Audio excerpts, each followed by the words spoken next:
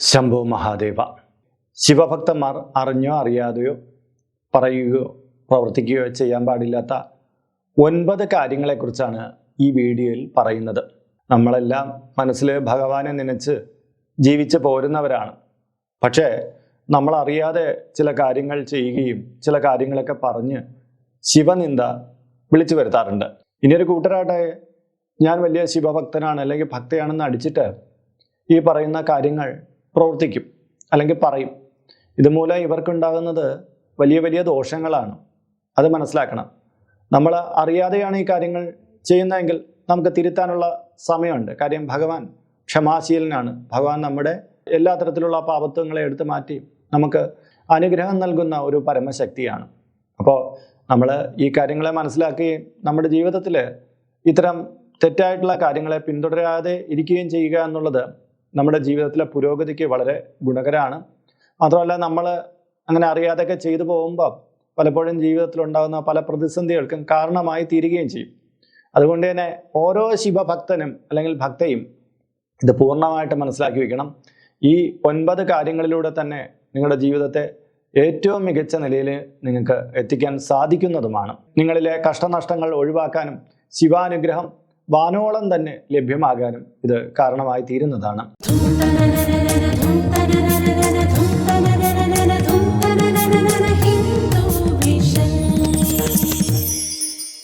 നമസ്കാരം, ഞാൻ RJ അയ്യർ ഹരിചന്ദന മഠം. അപ്പോൾ ഒന്നാമത്തെ കാര്യത്തിലേക്ക് വരാം. രുദ്രാക്ഷം ധരിച്ചുകൊണ്ട് അനാചാരങ്ങൾ ചെയ്യരുത് എന്നുള്ളതാണ്. രുദ്രാക്ഷം എന്ന് പറയുന്നത് ഏറ്റവും പരമപവിത്രമായിട്ടുള്ള ഒന്നാണ്. ഭഗവാൻ രുദ്രന്റെ കണ്ണുനീർ അല്ലെങ്കിൽ കണ്ണിലെ കൃഷ്ണമണിയെ പോലെ പരിപാലിക്കേണ്ടുന്ന ഒന്നാണ് എന്നാണ് വിശ്വസിക്കപ്പെടുന്നത്. എന്നാൽ പലപ്പോഴും നമ്മൾ കാണുന്നു ചില കുട്ടികളൊക്കെ റീൽസ് എടുക്കാൻ വേണ്ടിയിട്ടും അല്ലാതെ പല കാര്യങ്ങൾക്ക് വേണ്ടിയിട്ടും രുദ്രാക്ഷത്തെയൊക്കെ ചുരുട്ടിപ്പിടിച്ച് പലതരം കോമാളിത്തരങ്ങളൊക്കെ കാണിക്കുന്നുണ്ട്. ചില വ്യക്തികളാകട്ടെ രുദ്രാക്ഷമൊക്കെ ധരിച്ചുകൊണ്ട് മദ്യപാനം നടത്തുക, മറ്റ് മോശപ്പെട്ട പ്രവൃത്തികളിൽ ഏർപ്പെടുക, ഇതിലൊക്കെ ചെയ്യുന്നുണ്ട്. രുദ്രാക്ഷത്തിൻ്റെ പവിത്രതയെ മനസ്സിലാക്കാതെയുള്ള ഇത്തരം ശീലങ്ങളും പ്രവൃത്തികളും കൊണ്ട് തന്നെ അവർക്ക് കിട്ടേണ്ടുന്ന ഈശ്വരീയ പുണ്യം അകന്നു പോവുകയും മാത്രമല്ല ജീവിതത്തിൽ സങ്കടങ്ങളും അനർത്ഥങ്ങളും ഒക്കെ ഒരുപാട് വന്നു ചേരുകയും ചെയ്യും. അതുകൊണ്ട് തന്നെ പവിത്രമായിട്ടുള്ള രുദ്രാക്ഷത്തെ അതിൻ്റെ ഭക്തിയോടുകൂടി ധരിക്കുക എന്നുള്ളതാണ് പ്രധാനം. അതിനെ നിന്ദിക്കാതിരിക്കുക. ചിലപ്പോൾ നമ്മുടെ ജീവിതത്തിൽ ചില ദുസ്സാഹചര്യങ്ങളിലൊക്കെ നമുക്ക് പൂർണ്ണമായ രീതിയിൽ നമുക്ക് പരിപാലിക്കാനും മറ്റുള്ള കഴിവില്ലാതെ വന്നേക്കാം. പക്ഷേ അതിനെ നിന്ദിക്കാതിരിക്കുക, അതിന് മോശപ്പെട്ട രീതിയിൽ പരിപാലിക്കാതിരിക്കുക തുടങ്ങിയവ ചെയ്യാമല്ലോ. അപ്പോൾ ആ രീതിയിൽ നിങ്ങൾ മുന്നോട്ട് കൊണ്ടുപോകുക. ഒരിക്കലും രുദ്രാക്ഷത്തെ എടുത്തിട്ട് അതൊരു കളിവസ്തുവിനെ പോലെ ഉപയോഗിക്കരുത് എന്നുള്ളതാണ്. രണ്ടാമത്തെ കാര്യം, ഉപവാസങ്ങളെ അഥവാ വ്രതങ്ങളെ ലഘുവായിട്ട് കാണരുത് എന്നുള്ളതാണ്. ശിവഭക്തരിൽ ബഹുഭൂരിപക്ഷം പേരും ശിവപ്രാധാന്യമുള്ള വ്രതങ്ങൾ കൈക്കൊള്ളുന്നവരാണ്. എന്നാൽ ചില വ്യക്തികളാകട്ടെ വ്രതം കൈക്കൊള്ളുന്നത് മറ്റാരെയോ കാണിക്കാൻ വേണ്ടിയിട്ടുള്ള രീതിയിലാണ്. അവർ തങ്ങൾക്ക് തോന്നും പോലെയൊക്കെയാണ് വ്രതം എടുക്കുന്നത്. കാരണം എല്ലാ സമയത്ത് ഭക്ഷണം കഴിച്ച് കിടന്നുറങ്ങി അങ്ങനെയൊക്കെയുള്ള തെറ്റായ രീതിയിൽ എല്ലാ തരത്തിലുള്ള ദൂഷ്യങ്ങളും കാണിച്ചുകൊണ്ട് വ്രതമാണെന്ന് മറ്റുള്ളവരെ ധരിപ്പിച്ചുകൊണ്ട് നടക്കുന്നവരുണ്ട്. തീർത്തും മോശപ്പെട്ട കാര്യമാണിത്.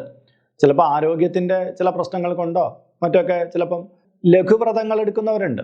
അതായത് ഒരിക്കൽ ഊണാണ് എന്നുള്ളിടത്ത് മറ്റു സമയത്ത് പഴവർഗ്ഗങ്ങളോ ചിലപ്പോൾ ഗോതമ്പ് പലഹാരങ്ങളോ ഒക്കെ എടുക്കുന്നവരുണ്ട്. അപ്പോൾ അവർക്ക് ആ വ്രതത്തിൻ്റെ പൂർണ്ണത കൈവരില്ല എന്നേ ഉള്ളൂ, ദോഷമൊന്നും വരില്ല. പക്ഷെ ഇവിടെ വേറൊന്നുണ്ട്. വ്രതമാണെന്ന് പറയും, മദ്യമാംസാദികളൊക്കെ കഴിക്കും, പകലുറക്കം പാടില്ലാത്തടത്ത് പകലുറങ്ങും, അങ്ങനെ നീചത്തരങ്ങൾ ഒരുപാട് കാര്യങ്ങൾ കാണിക്കുന്നവരുണ്ട്. അങ്ങനെയുള്ള രീതിയിൽ വ്രതം എടുക്കുന്നത് പുണ്യലംഘനാണ്, ഉള്ള പുണ്യം കൂടി നശിച്ചു പോകുന്നതിന് കാരണമാകുന്നതാണ്.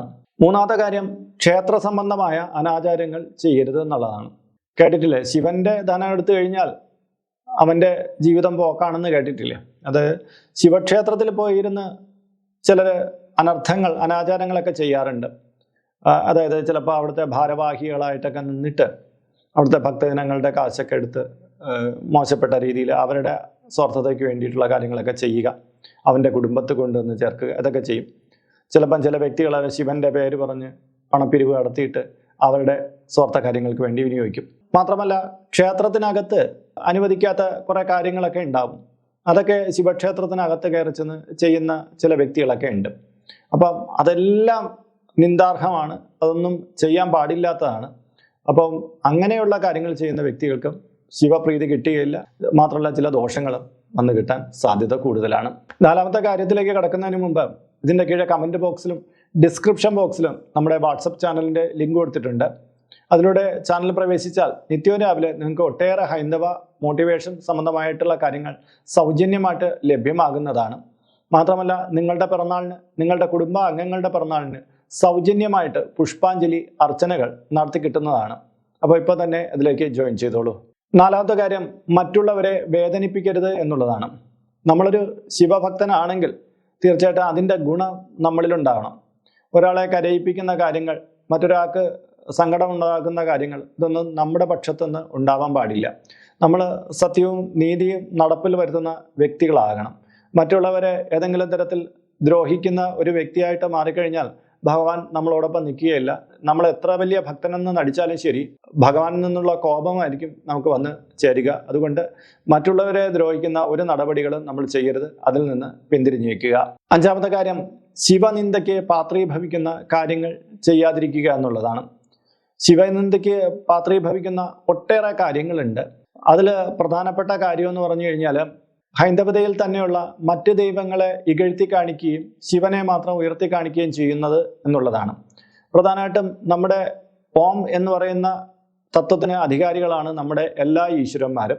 നമ്മളിലെ ചില വ്യക്തികൾ കണ്ടിട്ടില്ലേ, ഒരു ഫാൻ ഫൈറ്റ് പോലെ ശിവനാണ് വലിയ ആള്, വിഷ്ണു അങ്ങനെയല്ല, ശിവനെ തൊട്ട് കഴിഞ്ഞാൽ മറ്റ് ദൈവങ്ങളെയും ശിവൻ ദ്വേഷിച്ച് കളയും എന്നുള്ള രീതിയിലൊക്കെ സംസാരിക്കുന്ന രീതിയുണ്ട്. ശരിക്കും പറഞ്ഞാൽ ദൈവ സങ്കല്പത്തെക്കുറിച്ച് ഒന്നും അറിയില്ലാതെ, എല്ലാത്തിലും വിളങ്ങുന്ന ബ്രഹ്മത്തെക്കുറിച്ചൊന്നും അറിയാതെ, ഈ ഓങ്കാരപ്പൊരുളിനെ കുറിച്ച് അറിയാതെ ചില കുട്ടി മനസ്സുള്ള വ്യക്തികളാണ് ഇങ്ങനെ ഈ സിനിമാ താരങ്ങളെ അങ്ങോട്ടും ഇങ്ങോട്ടും കമ്പയർ ചെയ്യും പോലെ, അല്ലെങ്കിൽ അവരുടെ ഫാനാകുന്നത് പോലെ ദൈവങ്ങളുടെ ഫാനായിട്ട് അവസാനം ഇത് മാത്രമാണ് ഉള്ളത്, മറ്റുള്ള എല്ലാം മോശമാണ് എന്നുള്ള രീതിയിൽ ചില പ്രത്യേകം ഭക്തരെയൊക്കെ കണ്ടിട്ടില്ല, ഇന്ന ദൈവമാണ് ഈ ലോകത്ത് ഉള്ളത്, മറ്റുള്ള ദൈവമൊന്നുമില്ല എന്ന് പറയുന്ന തലത്തിലേക്ക് ചിന്തിക്കാതിരിക്കുക. ഹൈന്ദവതയിലെ എല്ലാ മൂർത്തികളെയും സമത്വ ഭാവനയോടുകൂടി കാണാനും എല്ലാത്തിലും കുടിയേറുന്ന ഏകപൊരുളിനെ തിരിച്ചറിയാനുള്ള മനസ്ഥിതി നമുക്കുണ്ടായിരിക്കണം. ആറാമത്തെ കാര്യം, ഗുരുവിനെ അവഹേളിക്കരുത് എന്നുള്ളതാണ്. ശിവതത്വത്തിൽ പ്രധാനപ്പെട്ട കാര്യം പറയുന്നത് ഗുരുനിന്ദ പാടില്ല എന്നുള്ളതാണ്. നമുക്ക് കാര്യങ്ങൾ പഠിപ്പിച്ചിരുന്ന നമ്മുടെ അധ്യാപകരായിട്ടുള്ളവരെ നമ്മൾ ദ്രോഹിക്കാനോ അവർക്ക് അപമാനം ഉണ്ടാക്കുന്ന പ്രവൃത്തികളോ നമുക്കുണ്ടാവരുത്. അത് അങ്ങനെ ചെയ്തു കഴിഞ്ഞാൽ നമ്മുടെ ഗുണങ്ങളെല്ലാം ഒരു കാലഘട്ടം കഴിഞ്ഞാൽ നശിച്ചു പോവുകയും പിന്നീട് നമുക്ക് ഒരുപാട് ദോഷങ്ങളെ പ്രദാനം ചെയ്യുകയും ചെയ്യുമെന്നാണ് പറയുന്നത്. അതുകൊണ്ട് തന്നെ ഗുരുജനങ്ങളെ നിന്ദിക്കരുത്, അവരെ വന്ദിക്കണം എന്നാണ് ഭഗവാൻ നമ്മെ പഠിപ്പിക്കുന്നത്. ഏഴാമത്തെ കാര്യം, ഒന്നിനും പരിഹാരമില്ല എന്ന് പറയരുത്. ചില വ്യക്തികൾ സംസാര മധ്യത്തെ പറയും, ഇതിനൊന്നും പരിഹാരമില്ല കേട്ടോ, ഇതൊക്കെ ഇങ്ങനെ തന്നെയാണ്, ഈ കാര്യങ്ങളൊന്നും പരിഹരിക്കപ്പെടാത്ത കാര്യമാണ് എന്നുള്ള രീതിയിൽ നമ്മൾ ഒരു ശിവഭക്തനാണെങ്കിൽ പറയരുത്. കാര്യം നമുക്കങ്ങനെ പറയാനുള്ള അധികാരമില്ല. എല്ലാത്തിനും മുകളിൽ നിൽക്കുന്ന പരമ്പൊരുളാണ് മഹാദേവൻ. അദ്ദേഹം വിചാരിച്ചാൽ പരിഹരിക്കാൻ പറ്റാത്തത് ഒന്നുമില്ല. അതുകൊണ്ട് നമ്മൾ പറഞ്ഞു കൊടുക്കേണ്ടത് ഭഗവാൻ വിചാരിച്ചാൽ എല്ലാത്തിനും പരിഹാരം ഉണ്ടാകും എന്നാണ് നമ്മൾ പറഞ്ഞു കൊടുക്കേണ്ടത്. അല്ലാതെ നമ്മൾ എല്ലാത്തിനും അധികാരിയാണെന്ന് മട്ടിൽ ഇതിനൊന്നും പരിഹാരമില്ല എന്നുള്ളൊരു വാക്ക് നമ്മൾ ചില സമയത്ത് അറിഞ്ഞോ അറിയാതെയൊക്കെ ഉപയോഗിക്കാറുണ്ട്. ആ രീതിയിൽ ശിവഭക്തരായിട്ടുള്ള ആൾക്കാർ ശിവഗുണത്തെ മറന്നുകൊണ്ടുള്ള കാര്യങ്ങൾ പറയരുത്. കാര്യം അവർക്കപ്പോൾ ഈശ്വരനിൽ വിശ്വാസം പോവുകയാണ്. എന്ത് കാര്യത്തിനെയും മാറ്റിയെടുക്കാനുള്ള, നമ്മൾ വിചാരിക്കുന്ന ഈ പ്രപഞ്ചത്തിലെ എന്ത് കാര്യത്തിനെയും കീഴ്മേൽ മറിക്കാനുള്ള ഒരാളാണ് ശിവം എന്ന് പറയുന്ന ശക്തി. ആ ഭഗവാനെ നമ്മൾ അങ്ങനെ നിന്ദിച്ച് അതിനെ മറന്നിട്ടുള്ള വാക്പ്രയോഗങ്ങളൊന്നും നടത്തരുത്. നമുക്ക് ഇപ്പോൾ നിലവിൽ നമ്മുടെ അഭിപ്രായത്തിൽ ഇതിനൊന്നും പരിഹാരമില്ല, പക്ഷെ ഭഗവാൻ വിചാരിച്ചാൽ എല്ലാത്തിനും പരിഹാരം ഉണ്ടാകും എന്നുള്ള രീതിയിലാണ് നമ്മൾ അവിടെ പറയേണ്ടത്. എട്ടാമത്തെ കാര്യം, ഓവ് മുറിച്ച് കടക്കരുത് എന്നുള്ളതാണ്. ശിവക്ഷേത്രത്തിൽ ദർശനത്തിന് പോകുമ്പോഴാണ് നമ്മൾ ശ്രദ്ധിക്കേണ്ടത്. ശിവക്ഷേത്രത്തിലെ ഓവ് നമ്മൾ മുറിച്ച് കടക്കാൻ പാടില്ല. അത് ശിവനിന്ദയ്ക്ക് തുല്യമായിട്ടുള്ള കാര്യമാണ്. അറിയാതെയോ അങ്ങനെ ഓവ് മുറിച്ച് കടന്നിട്ടുണ്ടെങ്കിൽ അതിന് പ്രായശ്ചിത്തം ചെയ്യണം. ഒരു കാരണവശാലും ഓവ് മുറിച്ച് കടക്കാതിരിക്കാൻ നമ്മൾ ശ്രദ്ധിക്കേണ്ടതാണ്. ഒമ്പതാമത്തെ കാര്യത്തിലേക്ക് കടക്കുന്നതിന് മുമ്പ് ഇതിൻ്റെ കീഴെ കമൻറ്റ് ബോക്സിൽ ഓം നമ ശിവായ എന്ന് എഴുതുകയും നിങ്ങളുടെ പേര്, നിങ്ങളുടെ വയസ്സ്, നിങ്ങളുടെ നക്ഷത്രം ഇവ രേഖപ്പെടുത്തിയാൽ ഇവിടെ നടക്കുന്ന പ്രത്യേക പൂജാ പ്രാർത്ഥനകളിൽ നിങ്ങളെ ഉൾക്കൊള്ളിക്കാൻ പറ്റുന്നതാണ്. ഒരു മാസത്തേക്കായിരിക്കും പ്രകാരം ചെയ്യുന്നത്. കൂടുതലായിട്ട് വേണമെന്നുള്ളവർ ഇനി തൊട്ട് ഇതിൽ അപ്ലോഡ് ചെയ്യുന്ന എല്ലാ വീഡിയോകളുടെ കീഴേ നിങ്ങളുടെ ഡീറ്റെയിൽസ് ഇങ്ങനെ കൊടുത്താൽ മതി. അതിവിടെ ചെയ്യാൻ സാധിക്കുന്നതാണ്. അതിനായിട്ട് ഈ ചാനൽ നിങ്ങൾ ആദ്യമായിട്ട് കാണുന്ന വ്യക്തിയാണെങ്കിൽ ഇത് സബ്സ്ക്രൈബ് ചെയ്യുകയും ഈ വീഡിയോ ഒന്ന് ലൈക്ക് കൂടി ചെയ്യുക. എങ്കിൽ മാത്രമായിരിക്കും ഇതിൽ പുതുതായിട്ട് അപ്ലോഡ് ചെയ്യുന്ന വീഡിയോയുടെ റെക്കമെൻഡേഷനും നോട്ടിഫിക്കേഷനും നിങ്ങൾക്ക് ലഭ്യമാകൂ. എങ്കിൽ മാത്രമായിരിക്കുമല്ലോ നിങ്ങൾക്ക് നിങ്ങളുടെ വിവരങ്ങൾ കൊടുക്കാൻ കഴിയുക. അപ്പോൾ ഇതും പ്രയോജനപ്പെടുത്തുക. 9ാമത്തെ കാര്യം, മാതാപിതാക്കളോട് ആജ്ഞാപിക്കരുത് എന്നുള്ളതാണ്. നമ്മുടെ പ്രപഞ്ചത്തിലെ മാതാവ് എന്ന് പറയുന്ന പാർവതീ ദേവിയും അച്ഛൻ എന്ന് പറയുന്ന പരമശിവനുമാണ് എന്നാണ് സങ്കല്പം. പരമാനന്ദമൂർത്തിയായിട്ടുള്ള ഭഗവാൻ അച്ഛൻ്റെ സ്ഥാനത്തും അമ്മയുടെ സ്ഥാനത്ത് ദേവി പാർവതിയും നിൽക്കുമ്പം അവരുടെ നേർക്ക് ആജ്ഞാസുരത്തിൽ മക്കളായിട്ടുള്ള നമ്മൾ പറയുന്നത് അവർക്ക് ഇഷ്ടമല്ല. നമ്മൾ നമ്മുടെ മാതാപിതാക്കളെ ധിഖരിച്ച് പറയുമ്പോൾ അച്ഛൻ അമ്മ എന്നുള്ള സ്ഥാനത്തെ നമ്മൾ മറന്ന് സംസാരിക്കുമ്പോഴെല്ലാം അത് ഭഗവത് നിന്ദയായിട്ട് മാറുകയാണ്. അതുകൊണ്ട് തന്നെ മാതാപിതാക്കളെ ഒരിക്കലും നിന്ദിക്കരുത്. അവർക്ക് നേരെ ആജ്ഞാപിച്ച് അവരെ നിലയ്ക്ക് നിർത്താൻ ശ്രമിക്കരുത്. നമുക്ക് കാര്യങ്ങളെ വിശദമാക്കി പറഞ്ഞു കൊടുക്കാനും മറ്റൊക്കെ കഴിയുന്നതാണ്. പക്ഷെ അവരോട് കയർത്ത് അവരുടെ ഉള്ളിലെ അവരുടെ ഉള്ളിൽ നിങ്ങൾ ദുഃഖം നിറയ്ക്കുകയാണെങ്കിൽ അത് ശിവനിന്ദയ്ക്ക് തുല്യമായി ഭവിക്കുന്നതാണ്. അപ്പോൾ ശിവഭക്തന്മാർ ചെയ്യാൻ പാടില്ലാത്ത 9 കാര്യങ്ങളാണ് ഞാനിവിടെ പറഞ്ഞത്. എന്നാൽ 10ാമതൊരു കാര്യം കൂടി ഇതിൻ്റെ കൂട്ടത്തിൽ കൂട്ടിച്ചേർക്കണമെന്ന് എനിക്കൊരു ആഗ്രഹമുണ്ട്. അതാണ് ശക്തിയില്ല എന്ന വാക്ക്. ചിലർ പറയും എനിക്ക് ശക്തിയില്ല, എനിക്കതിന് കഴിയില്ല എന്നൊക്കെ പറയും. ഒരിക്കലും നമ്മൾ അങ്ങനെ പറയാൻ പാടില്ല എന്നാണ് പറയുന്നത്. ഒരിക്കലൊരു സന്യാസിയും ഒരു ദൈവവിശ്വാസം ഇല്ലാത്ത ആളും കൂടെ കണ്ടുമുട്ടുകയാണ്. ആ കാര്യങ്ങൾ പറഞ്ഞുകൊണ്ടിരിക്കവേ സന്യാസി ദൈവവിശ്വാസി അല്ലാത്ത ആളിൻ്റെ അടുത്ത് പറഞ്ഞു, ആ നിലത്ത് കിടക്കുന്ന കല്ല് ഉയർത്താൻ പറഞ്ഞു. അയാൾ പെട്ടെന്ന് തന്നെ ആ കല്ല് ഉയർത്താൻ ശ്രമിച്ചു, കഴിയുന്നില്ല. വീണ്ടും വീണ്ടും പരിശ്രമിച്ചു, കഴിയുന്നില്ല. എന്ത് പറ്റിയെന്ന് ചോദിച്ചപ്പോൾ അയാൾ പറഞ്ഞു, ശക്തിയില്ല, എനിക്കിത് ഉയർത്താൻ പറ്റില്ല, ശക്തിയില്ല എന്ന് അയാൾ കുഴഞ്ഞ സ്വരത്തിൽ പറഞ്ഞപ്പോൾ സന്യാസി പറഞ്ഞു, ശക്തി ഉണ്ട് എന്ന് പറയൂ, എന്നിട്ട് കല്ല് ഉയർത്തു എന്ന് പറഞ്ഞു. ശക്തിയുണ്ട് എന്ന് പറഞ്ഞ് കല്ല് പിടിച്ചപ്പോൾ കല്ല് ഉയർന്നു വന്നു എന്നാണ് പറയുന്നത്. ഇതിൽ നമ്മൾ കാണുന്നതെന്ന് പറഞ്ഞാൽ ശക്തി എന്ന് പറഞ്ഞാൽ ഭഗവതിയാണ്. ഭഗവാനും ഭഗവതിയും ചേർന്നിട്ടുള്ളതാണ് ഈ പ്രപഞ്ചത്തിൻ്റെ ശക്തിയുടെ ആധാരം എന്ന് പറയുന്നത്. ശക്തിയില്ലാതെ ഭഗവാനില്ല, ഭഗവാനില്ലാതെ ശക്തിയില്ല എന്ന് കേട്ടിട്ടില്ലേ? ഒരാൾ ശക്തിയില്ല എന്ന് പറഞ്ഞുകൊണ്ടിരിക്കുമ്പോൾ അയാളുടെ ഊർജം ചോർന്നു പോകുന്നതായിട്ടാണ് പറയുന്നത്. അതുകൊണ്ട് തന്നെ ഒരു കാരണവശാലും നമുക്ക് പല കാര്യത്തിലും കഴിവ് കേടുകളുണ്ടാവാം. ശക്തിയില്ല എന്നുള്ള വാക്കുകൾ ആവർത്തിച്ച് പറയരുത്. പകരം ശക്തിയുണ്ട്, ഞാനത് ചെയ്യും, ശക്തിയുണ്ട്, ഇതൊരു മോട്ടിവേഷൻ പോലെയാണ്. ശക്തിയുണ്ട്, എനിക്ക് ശക്തിയുണ്ട് എന്ന് പറഞ്ഞു കഴിഞ്ഞാൽ പതിയെ പതിയെ നിങ്ങളിലേക്ക് ആ പ്രപഞ്ചത്തിൻ്റെ പവർ വന്നു ചേരുന്നത് നമുക്കറിയാം. അതാണ് ഭഗവതിയുടെ ചൈതന്യം എന്ന് പറയുന്നത്.